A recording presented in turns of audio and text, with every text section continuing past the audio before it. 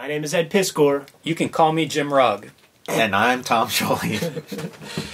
Continuing our coverage, Dark Knight Returns, issue number 2. I have a confession to make, man. I read the first 2 issues far more than I read the complete book. Like, when I was a kid, I was fully on board for these first 2. These are my sweet spots right here. Okay, this isn't a confession, but this story blurs together in my head because I always read it as a collection. Yeah. So for preparing for this, I would read one of the books, and then I'd make all my notes. And I was very impressed by how well these books stand on their own, and I love book 2. Yeah. You know, the big book 2 enemy is that mutant leader, and I mean, that's perfect. Like, that feels futuristic. Compared to fighting Harvey Dent, this is like a new threat. A threat that was not in the Batman comics I was used to reading. I think about, like, you know, Miller as the old soul, and the kids that he is kind of commenting on, you know, like, Miller is basically from, like, the first generation of kids who, like, didn't have to, like, go into the workforce and, you know, skip high school and, or go to war, you know, before, I guess he is draftable age or whatever for Vietnam or whatever. He might have just skated under the line. Oh, that's cool. He's living in a world where kids could just run around and be hooligans, and this comic is like, ramp that up, you know, times 10.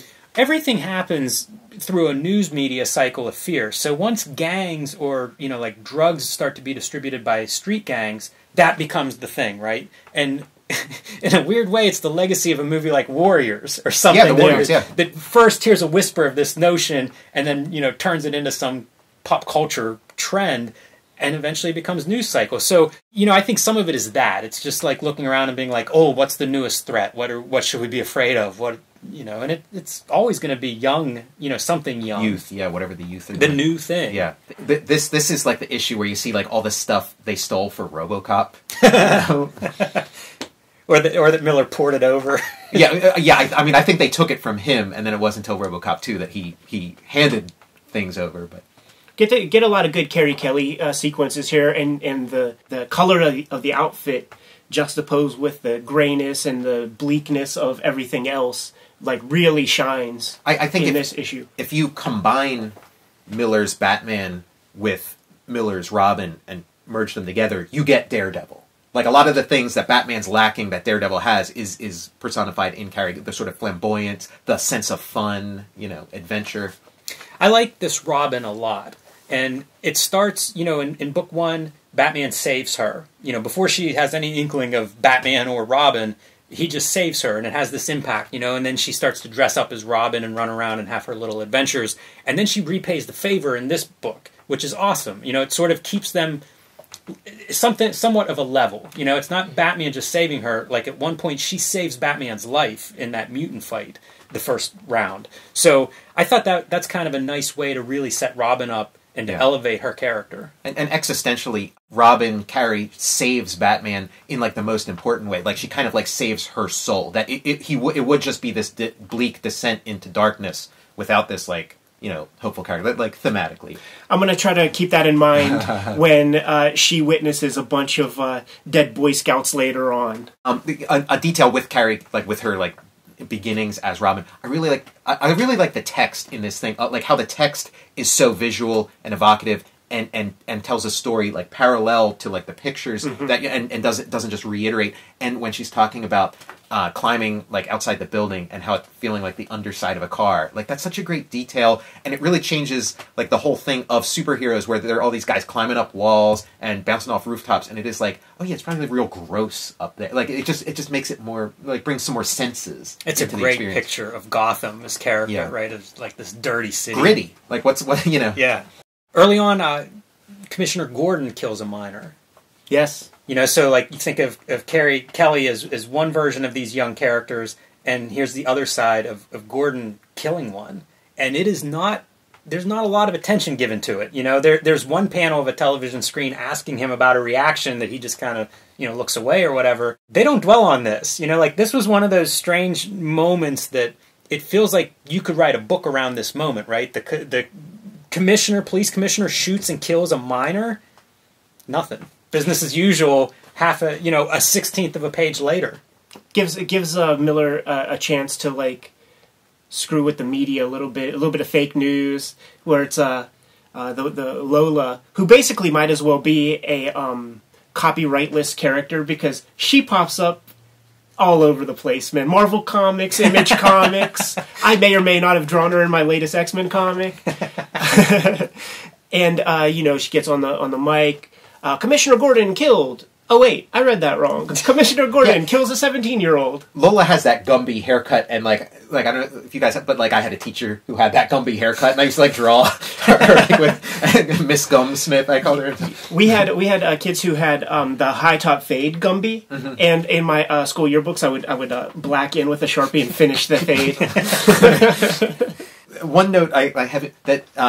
Batman terrorizes the economically disadvantaged and socially maligned. Dylan Horrocks has said in interviews that when he wrote for Batman, he was very troubled by the worldview that's just implied in the universe of Batman. And this is where it's like all the cards are put on the table is in this work.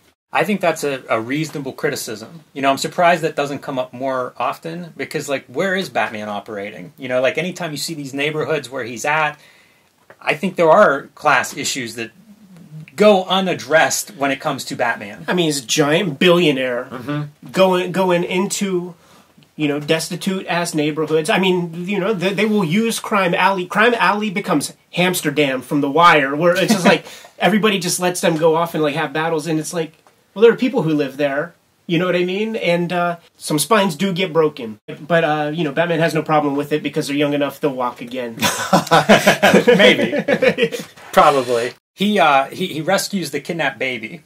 And we talked last episode about, he definitely shoots one of the mutant gang there.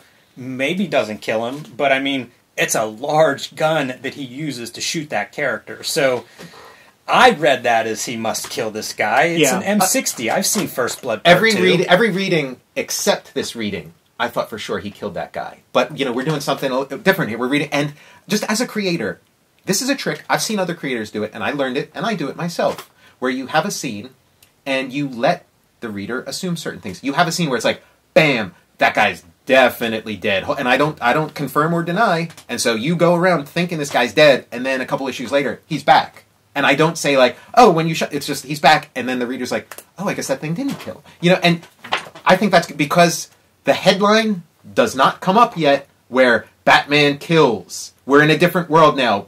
We have a warrant for Batman's arrest on murder. That doesn't happen till later, a later volume, so it doesn't happen here. So yes, it looks like he kills him. That's a great way to play out a scene, is to make you think Batman killed a guy, but that guy's okay. So the teenage boy who got thrown up into the lights, he's cool. Yeah. The kid who got shot with 50 caliber round, totally cool. Yes. And frankly, it's the truth because when we get to Joker, like, there's that becomes an issue there too. We'll get there. Yeah, for Miller, at least in this work, an important a thing you cannot excise from the Batman mythology is that Batman does not kill. Mm-hmm.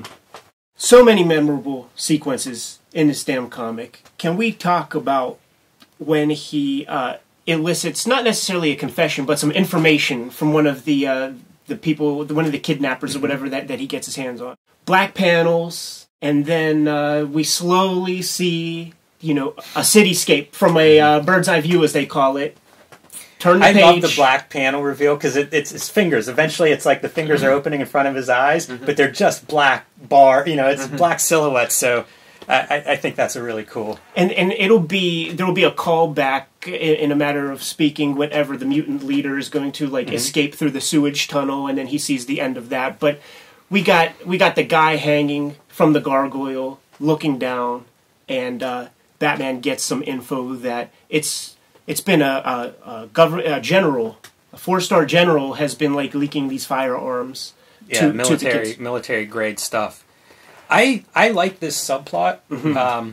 It reminds me of Brought to Light, which is a couple years later. Yeah. It's Alan Moore's Eclipse expose of CIA, some of the CIA's dirty history. But it also reminds me of things like Ollie North. Yeah, the Nicaraguan Contras and stuff. Exactly. Freeway Ricky Ross, selling crack to fund. And how connected all of this stuff is and how corrupt all of this stuff is. And there is a little bit more politics in this issue because we see the mayor in this issue a couple of times. Passing the buck a lot. Yeah. And really shown to be ineffective. Yeah. But we also see the president in this issue. So we're starting to see Miller taking aim at some of these political figures and critical of everybody. Yeah. Like none of these characters are shown in a good light, including the military-industrial complex. Which I think, like, as a cartoonist or as a creator, like, you need to have that outsider's view. You need to kind of, like, look at everything. Talking about political, it's, like, political in every sense. It's not just political in that it's overtly talking about political figures and political ideology.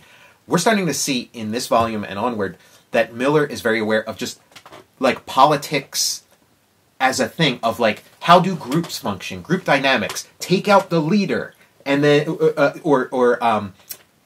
humiliate the leader and watch the members scattered. Like, he has a very, very clear idea of politics and how it works in every imaginable way. He also, this is war. Yeah. And he brings in a military general, military weapons, talks about his whole plans with this mutant gang and crime. It's war, it's clearly war, and if there's any doubt, he's going to define it for you visually and through the text and make that very clear in this book. In this chapter, the book overall, but I mean, like, at this point, it's when he establishes this is a war that Batman is waging. Yeah, and like, we talk about, like, sort of the propaganda aspects of Batman, and, like, this is like war, like this, and this is like war on crime, and then living through this era, it's war on drugs comes like a couple years after this, and we've seen the effects of this worldview. Talking about that general, like, that subplot, I thought it was real interesting because you think of, like, when Miller's writing this stuff out, like, he would write these things out as almost like treatments, like this sort of plot thing, and then he'd, like, go in and take it page by page.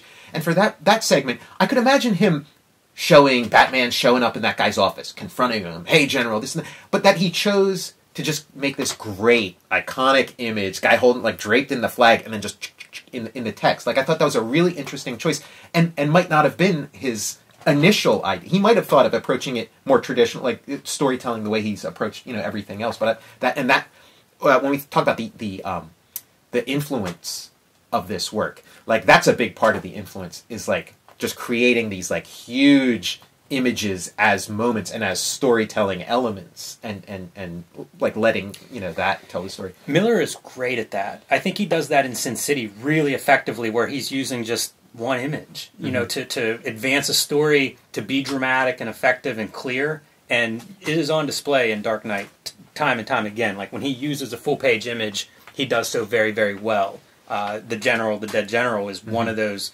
major storytelling. Usually it's to show Batman in a moment of glory and excitement and superhero homage. In this case, it really is a narrative exposition that he's doing in that one page. I get mad when athletes use war as a metaphor to describe whatever stupid... Well, yeah, when anybody uses war as a metaphor to describe what they do, if it's not war, if you're not a soldier. A critical piece of the legacy of Dark Knight Returns for me is really changing the audience of comic books and superhero comics from intended for kids to intended for adults. And so, like, we see it with this war metaphor all through this book, and I don't know exactly how I feel, because there's so many elements of this book that are silly and stupid and are childish.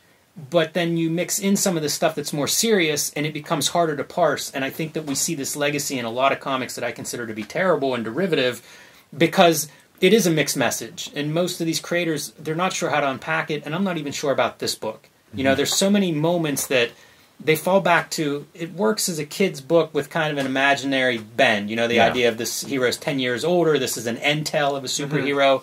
And the war metaphor really fits well in the messiness of, like, what is this? Who is the audience here? How are we supposed to read this? If I'm a Batman fan, 10-year-old that loves Batman, should I not be reading this book? Like, it's strange. It's a strange book. You say that because I was 10 when this came out. And this cover right here, I saw this in the store. This was my first encounter with this work. Just seeing the cover, and I was scared of it. I'm like, this is not for me. It seemed pornographic. It seemed frightening. It seemed like a Fritz the Cat kind of thing, or something where they took something that's very innocent and for children and made it into something dirty. And so that was my first impression. It was maybe like a year or two later or 3 later that I finally read, like, somebody brought it to school. But that was so I got the message clearly that this was not for me. Comics aren't for kids anymore. Was the message. Upon this latest rereading, I came out the other end just like thinking this is like a really well executed piece of pulp in the best sense of the word, like the best executed, most glorious sense of the word. But it's a superhero comic. Like, we cannot even take 2 seconds of our time to try to like explain how you can make Robin actually work or something like that. Because you just have to accept a lot of silliness like as you like move through the story. And that's a lesson the people who imitated this work and were influenced by it, that's a lesson they didn't take away. Said. Because reading this, there is a lot of fun. Yeah. And silliness and adventure and wackiness. And they didn't take any of that. They just took the darkness, the brooding, the constipated look on the face. And I feel, and that's like the generation of cartoonists right before, or comic bookers right before us. We were after them, and we were, you talked about in the last episode, like reacting against this stuff, like as a creator. And for me, it was like, that's what, stuff like, as much as I loved it, there was a point where the imitators of this sent me running into the arms of Jack Kirby. I wanted something joyful and fun and that blows your imagination up in a good way. Fear, negative emotions are very easy to conjure. And it's why in like exploitation media and things, you do go there because you can get people really excited in a negative thing. Getting something excited about something that's not Plutonian, not of the depths and dark, something that's that's Apollonian, like Superman or whatever, something that's Apollonian is so much harder. But the effect when you pull it off is it energizes you as opposed to like stuff that takes energy away. Our next scene coming up is the showdown with the mutant leader, the first meeting with the mutant leader, and it's Batman arriving in his Batmobile. Yeah. That is a tank. Like, it's a full-on redesign of the Batmobile, and it's very iconic. Like it's something that we saw in Bruce Timm's Batman cartoon. It's something that I think we've seen in some of the Christopher Nolan movies. That cockpit Batman moment is something I think Miller really creates here. It stands out. Can we just like lead into that by just saying that mayor who can't make a decision, he's always deferring responsibility and stuff, and he's talking like in the sauna with his consigliere, and they're just like doing those kind of like things where it's like, well, we should get a black guy to be the commissioner, all that stuff. The only time he can make a definitive decision is by blaming Commissioner Gordon for the mutants even like being in existence. Mm-hmm. So I wanted to lay that out because that's going to come home to roost after. Yeah, passing the buck. Right, yeah. We'll come back to that mayor. Yeah. That tank, like I'm seeing, Kirby's influence sprinkled through. Miller's a huge admirer of Kirby. And previous issue, let's motivate. That's a word Kirby invented in Jimmy Olsen. That's what Jimmy Olsen tells his motorcycle gang. Motivate. That Batman tank, I'm seeing Jack Kirby's Mountain of Judgment. It was this like massive tank with like a monster mounted on it, like this monster face. So I'm seeing that as like a Kirby-esque flourish. That Batman has a Mountain of Judgment, this like giant monstrous tank. That's the only like precedent I could think of for a vehicle like that, and it just kind of fits. I think there's a World War II reference. That whole scene, like when they go into the dump and he's blowing stuff up, and it's again gray. It is like it's the Blitz, and when in mud. And it's a tank. Batman needs a Batmobile. This is his Batmobile. We're talking about war. It's a war on crime. The Batmobile's a tank now.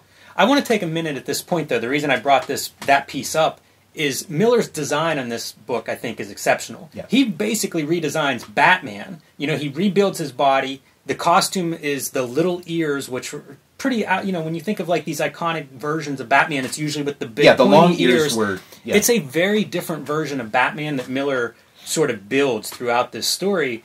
And I don't know if it gets enough credit. Like after the story, there's lots of reference to that stuff. But there are several of these things that he designs or redesigns for this story and for the Batman mythology that then becomes almost canon. Yeah. Previous readings, I assigned story points to that. It's like, okay, his costume gets ripped up in issue 1. So now in issue 2, he's wearing his older costume. That must have been like in Mothballs or whatever. But like just reading it from my perspective now, it is like, this is an evolving work that Miller's working on, and he's entering a fugue state. And the fugue state really takes off, I think, in the next 2 issues. But where and he's just like, I'm gonna change this. I'm gonna like you see the engines coming on, and that is like he reinvents Batman's look. I'd say a couple of times in each issue. Yeah, I think it's noteworthy. You know, there's so much that gets celebrated and talked about and discussed with Dark Knight Returns. That's not always one that gets the credit I think it deserves. You know, I think Miller is visually very inventive, and it's on display in this book, and it doesn't look like DC, it doesn't look like Batman, you know, like this is a unique visual experience compared to what they were publishing, and, you know, what their house style would have been. This is completely revolutionary, and I don't want to lose that, you know, like that was the stuff that initially attracted me to Frank Miller, so I think it's worth calling attention to, and that Batmobile, you know, just stands out. Like I've seen it so many times post this. There's the cover to this, and that's the big blocky Batman, right, mm-hmm. for issue 2. When he emerges from that tank, there's that iconic splash page that wouldn't work. Like, it's an awkward pose. It's boxy, it's weird, it's like the contrapposto is off. It feels Kirby-esque to me. Yeah. Like this big, bulky Hulk kind of body going in like, ready it to definitely fight. Feels like that's Kirby. Kirby is an element that he brings to this version of Batman that I don't remember seeing in anybody else's version of Batman. Yeah, there's like Kirby all through the like of course I see everything through a Kirby lens, but like there's a point early on in the story where Batman's standing on these two posts and his legs are spread, like standing on these two posts, and it's like the Eternals, that like big red god standing on the two pylons and stuff. Like I mean there's so many influences coming into this, and you know, Kirby's just part of the soup. So he shows up, he gets all this mutant gang threat together, shows up, you know, takes out most of them, fights the leader, but the mutant gang is the big threat, mm-hmm. this issue. That feels very forward. You know, it's not like Batman's traditional rogues gallery that we do see bookending this story. And I wonder, like, clearly it's a reference to X-Men, right? Or to Marvel or something. Do you take... Yeah, they got the Cyclops visors, yeah. which took me years and years to get. Okay, that's Cyclops. You know, the mutants, I get it. They're the X-Men. It feels like that's not a thing that's made, you know, nobody talks about that part, but I mean, you know, what's he saying here? What's he well, he keeps talking about like they're like Joe, I don't think he names Joe Chill, but he says like these are his children, the guy who killed my parents, these are his children, these are a purer breed. This, you know, so that it is mutants, it is like an you know, evolution of society, and the kids are just like a totally different thing than we are. This book, everything in this book is screamed at a fever pitch. So this is Miller looking at the world, and so he's coming at it with like, you know, what's going on? You know, in every aspect. I think it's a function of, you see this in late period Chester Gould, where I'm saying he was spending 50 years inside of his like office making comics. I know for myself that like I almost struggle when I pay the rent check to like not put like 2005 on the damn thing, man. So there's this like time distortion field, and then you go out there, and then you see, you know, like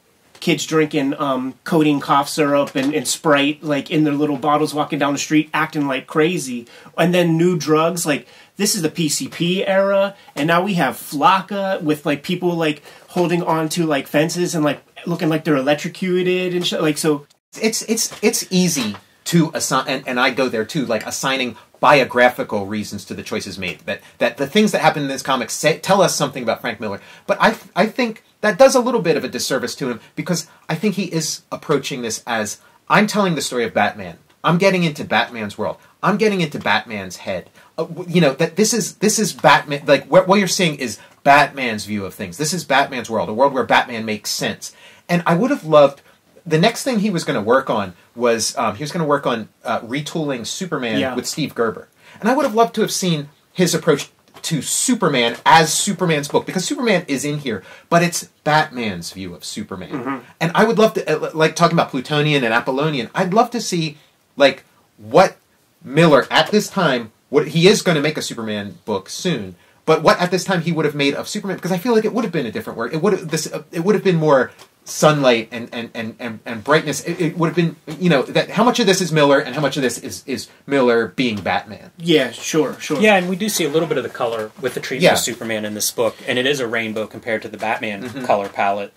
I wonder if you could read this as almost Miller's history of the superhero genre. Yeah. In which case the mutants really are X-Men and they really are Marvel as like the young upstarts.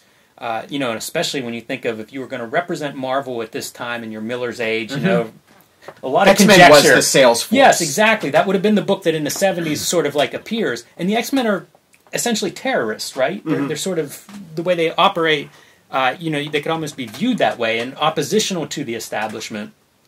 And in a weird way, like if you read those characters as X-Men, it does become this like history of comics. Superman is represented at this time period. You know, we see Wonder Woman's costume show up because she has been marginalized with comic book readers at this point. She still exists, but it is not a sales juggernaut. You know, she's not a successful comic book seller at this moment in comics history. You know, compared to some of these other compared to Superman, Batman, and X-Men. In the 80s, there is a lot of like this is like the baby boomers. And they grew up on like they grew up on Batman and things like that, and Superman. And it's like, you know, it's a lot of like whatever happened to the Lone Ranger, whatever. And we're seeing this in cinema. The Lone Ranger movie comes back. There's a movie I think you guys should check out that I think was maybe influential in this. It's Robin and Marion. It's the story of Robin Hood, but it's old man Robin Hood, and he's played by Sean Connery.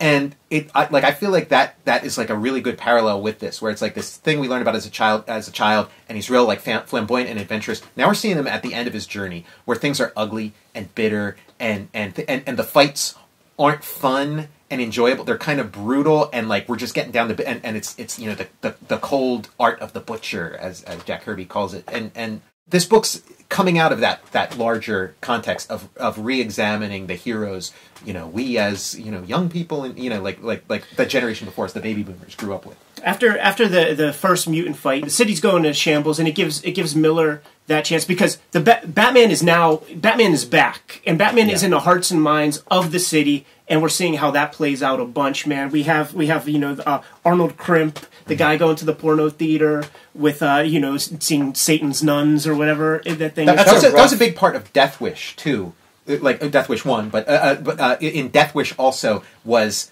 the effect that Charles Bronson was having on the rest of the city, and a lot of it told through like TV screens. It's so disturbing, that scene now in hindsight, with like after the Denver theater shooting at a Batman movie. It's like there are so many examples. I'm saying there's 9/11 allusions. There's a lot of stuff. Yeah, sort of. It's weird how that works, because there are a lot of other works too that have these weird references that, you know, time passes and then you look at these works differently because of the way, you know, events kind of change their meaning in the context that we view them through. And there are those moments here, but I think the imitation thing is interesting because that happens all over the place. Yeah. That guy in the theater, like his dialogue, I was interested. It jumped out to me of like numerology, because he's just constantly talking about numbers. There were 7 of these, and so, you know, like just like this like looking for patterns in, you know, little reference to Satanism throughout that scene, and you know, the satanic scare of the 80s. Satanic scare. Yeah, and we lived through it, and it's like you remember like, oh yeah, don't buy that record because if you play backward, right, you know, Satan's going to show up, and you know,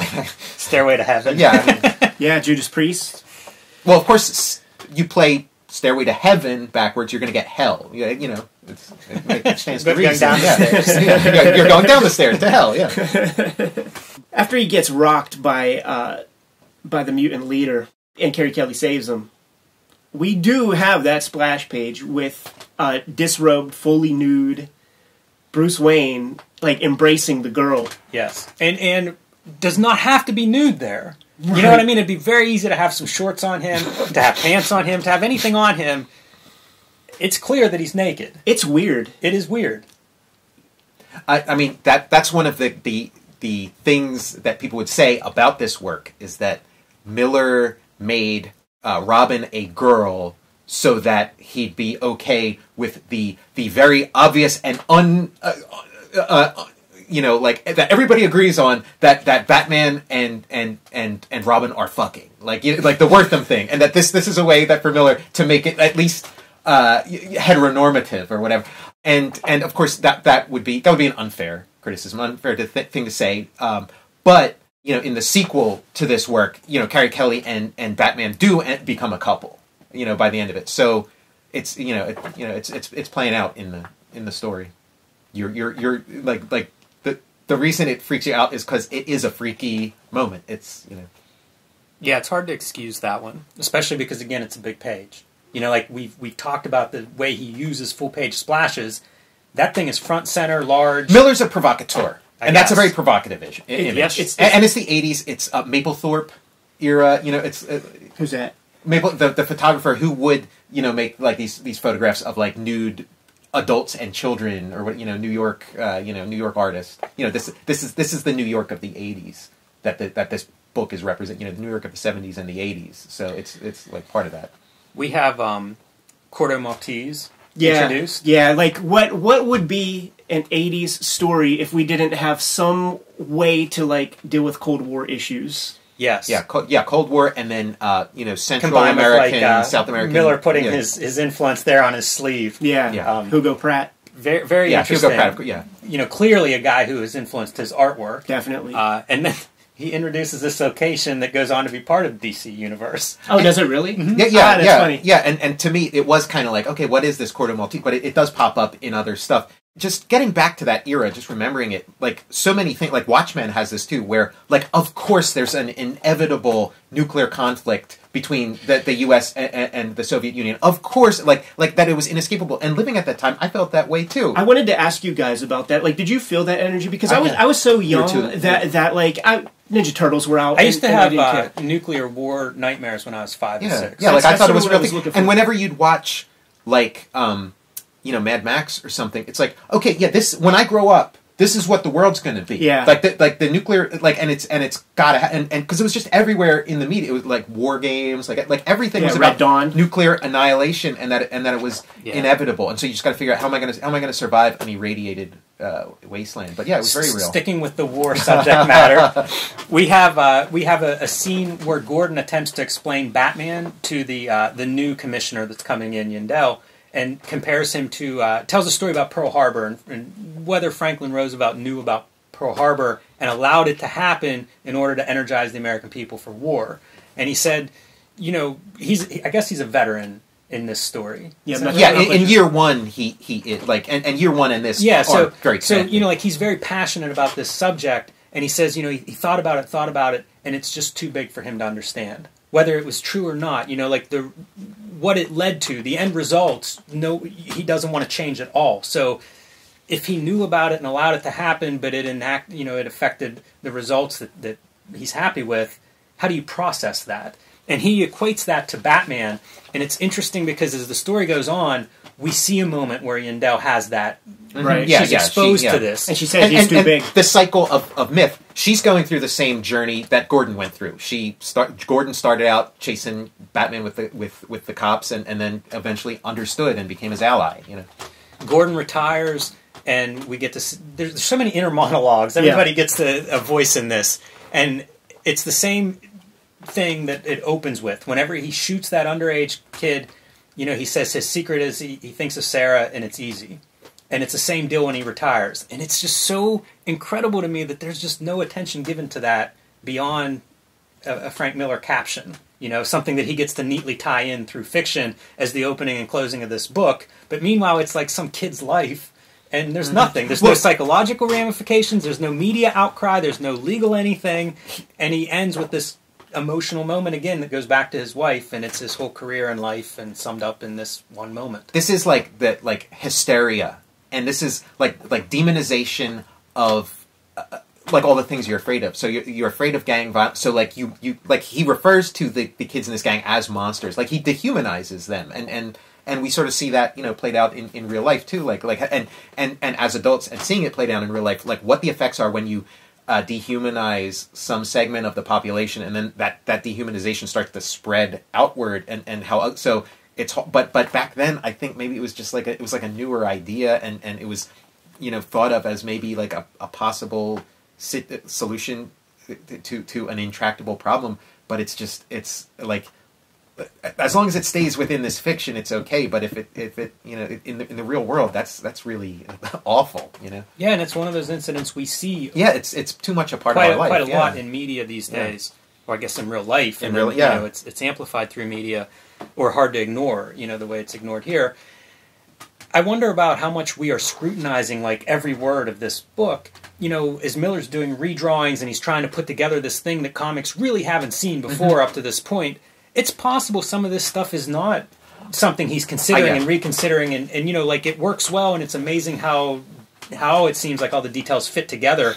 But maybe they don't. You know, maybe it's almost luck, or it's almost a formality, and he's not giving that much thought to, you know, fourth, fifth character, even though they get a little bit of an arc. It may not be the thing that he's writing and rewriting and thinking about. I don't think he came into this saying, I have things I want to say about society. I have a very clear idea, and I'm going to say it now. He's in there sort of reacting. He's just sort of looking around and seeing what he reacts. There isn't, like, he has some plans, but the story the story that this work tells is not the exact same thing as Frank Miller, the human being, and what he might tell you sitting. Like, those are two, and like that's something I've like learned about as a creator, that like your creative self is almost like this other being and has its own agenda, and the top agenda is to create something that is not boring. That's the capital sin in creation. In creation is to be boring. In your real life, that is not the worst. The worst thing you can do is hurt people. You know. But my last note on book 2 is, as we wrap up, we get to see the fallout of defeating the mutant leader. Instantaneously. Yes. Mm-hmm. There's also a panel of Matt Murdock is there Matt to Murdock's represent the mutant leader, so a little cameo. Yeah, Turk made a cameo. They mentioned Turk in the previous issue, so Miller's got his like little gang of players. You talk about humor, Tom, you know, and how there's all this stuff that Miller's doing that a lot of the imitators don't pick up on. I think that's an example. The last, the fight where he defeats the mutant leader, we're seeing Batman's like just pure ego, and the fact that like he has to see if he could beat this guy by hand, and before that it's like Harvey Dent, and he's like, I have to like put myself in peril to like save this guy because I have to know. There's all this ego, hubris stuff wrapped up in there. But then when the ultimate defeat does occur, where he pulps the mutant leader, we do see that the bifurcation of the gangs immediately. The Sons of Batman are here, and they are like a good analog for like a guardian angel. They're like the born again Christian, or like the newly the person who just recently stopped smoking, and like they're like way on this side, completely the opposite direction. They're fucking righteous like zealots for the law. The final page of this book, the title of this chapter is The Dark Knight Triumphant, and the final page is him. I hear the sound of a wolf baying, and I know exactly how he feels. And he's like, I'm top dog. Yeah. I just like conquered my prey or my enemy or whatever, and I'm woo, you know. So he's at this moment in time, he's enjoying being Batman, which is maybe the first time in this story, and maybe the last time in this story. Yeah, I was gonna say, we're gonna see if that lasts, man. What do you say? Wrap it up, fellas? That's all I have. Yeah. All right, man. Well, we have comics to draw, man. So we're gonna get back to it. You guys know what to do. Like, subscribe, and follow the YouTube channel. Hit the little bell icon once you hit subscribe. It'll let you know whenever we have videos available. You can find all of the Cartoonist Kayfabe merch at our spread shop. There's a link below this video. We'd appreciate your support that way. So we're going to get to it. You guys know what your marching orders are. Read more comics.